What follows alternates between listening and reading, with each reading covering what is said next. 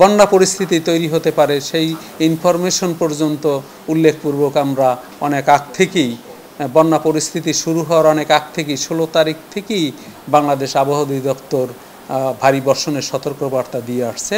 আমাদের নিজস্ব ব্যবস্থাপনা এবং ইলেকট্রনিক প্রিন্টিং মিডিয়া, রাষ্ট্রীয় সম্প্রচার কেন্দ্র সব কিছু মিলিয়ে আমরা কিন্তু প্রচার করেছি। আমারও প্রশ্ন, কেন এই ধরনের অভিযোগ উঠছে যে পূর্বাভাসের রুট লেভেলে পৌঁছল না? তাতে বাংলাদেশের আবহাওয়া অফিসের কোনো গাফিলতি নাই বলে আমি দৃঢ়চিত্তে আমাদের মনোভাব ব্যক্ত করছি।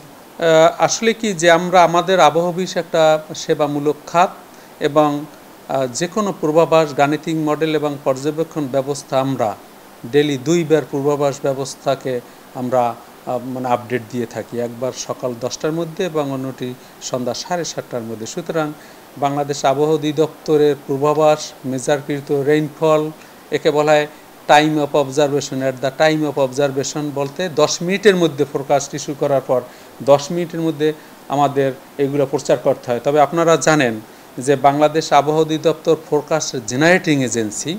আমাদের মিডিয়া চ্যানেল আছে, আমাদের ওয়েবসাইট আছে, নিজস্ব ব্যবস্থাপনা আছে, সরকারি বেসরকারি স্টেক হোল্ডার আছে, তাদের সাথে সেগুলো শেয়ার করা হয়। তবে ডেসিমিনেশনের ক্ষেত্রে কিন্তু বাংলাদেশের দুর্যোগ মন্ত্রণালয় কিন্তু তারা রেসপন্সিবল অর্গান। যে 1 আগস্ট আমরা দীর্ঘমেয়াদী পূর্বাভাসে এই পরিস্থিতির ভারী বৃষ্টিপাতের ফলে নদ নদীর অবস্থা উল্লেখপূর্বক আমরা এই স্বল্পমেয়াদী বন্যা পরিস্থিতির কথা উল্লেখ করেছি।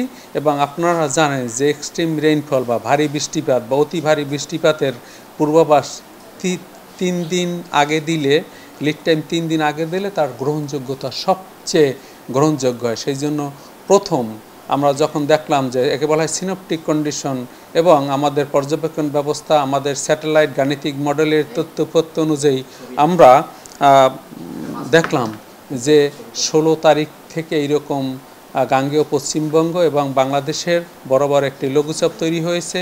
পরবর্তীতে বাংলাদেশের দক্ষিণ পশ্চিম অঞ্চল জুড়ে সেটি সুস্পষ্ট লঘুচাপে পরিণত হয়েছে। সুতরাং মৌসুমি বায়ুর সক্রিয়তা এবং দক্ষিণ পশ্চিম মৌসুমি বায়ুর সক্রিয়তার প্রভাব এবং লঘুচাপের প্রভাবে আমরা 16 তারিখ থেকেই কিন্তু 3 দিনের ভারী বর্ষণের সতর্কবার্তা দিয়েছি।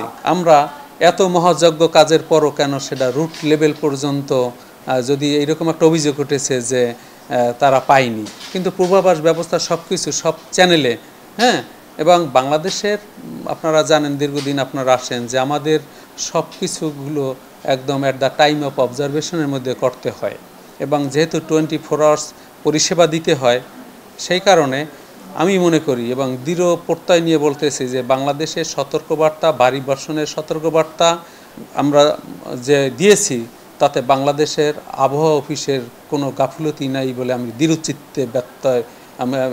দৃঢ়চিত্তে আমাদের মনোভাব ব্যক্ত করছি। ঢালাইয়ে দৃঢ়তা, নির্মাণে নিশ্চয়তা, প্রিমিয়ার সিমেন্ট, ঢালাইয়ের রাজা। ইলেকট্রনিক এবং প্রিন্টিং মিডিয়ার ভূমিকা অনস্বীকার্য।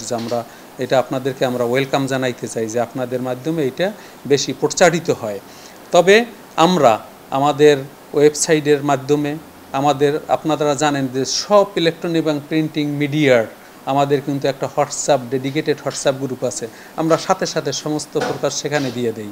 তাছাড়া রাষ্ট্রীয় সম্প্রচার কেন্দ্র এবং আমরা আমাদের বিভিন্ন স্টেক হোল্ডার কাছে আমরা ইমেইল এবং একটা বিশাল ইমেইল লিস্ট আছে। তারপর আমাদের IVR আছে, ইন্টার ভয়েস রেকর্ডার আছে।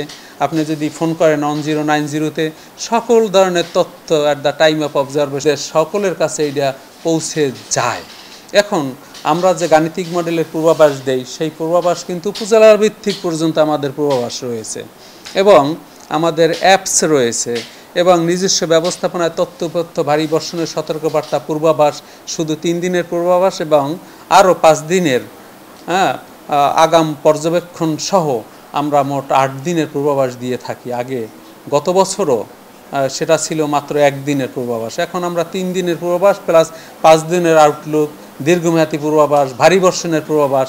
সুতরাং বাংলাদেশ আবহাওয়া অফিসের সক্ষমতা পূর্বাভাস দেওয়ার, টাইম অ্যান্ড লোকেশন স্পেসিফিক এবং পূর্বাভাস কৃত ভারী বর্ষণ কি ঘটাবে সেগুলোও আমরা উল্লেখ করি। যেমন এই ভারী বর্ষণের ফলে ভূমিধসের সম্ভাবনা আছে এবং অস্থায়ী জলাবদ্ধতা এবং বন্যা পরিস্থিতি তৈরি হতে পারে, সেই ইনফরমেশন পর্যন্ত উল্লেখপূর্বক আমরা অনেক আগ থেকেই, বন্যা পরিস্থিতি শুরু হওয়ার অনেক আগ থেকেই 16 তারিখ থেকেই বাংলাদেশ আবহাওয়া অধিদপ্তর ভারী বর্ষণের সতর্কবার্তা দিয়ে আসছে এবং 72 ঘন্টার পর 19 তারিখ 48 ঘন্টা, 20 তারিখ আবার পরে 48 ঘন্টা এবং পরবর্তীতে 22 তারিখে পুনরায় 48 ঘন্টার ভারী বর্ষণের সতর্কবার্তা দিয়েছে।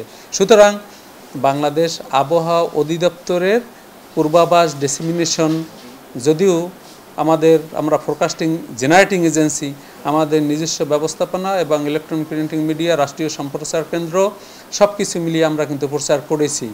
আমারও প্রশ্ন, কেন এই ধরনের অভিযোগ উঠছে যে পূর্বাভাসের রুট লেভেলে পৌঁছল না? আপনারা এটা কোয়ারি করেন।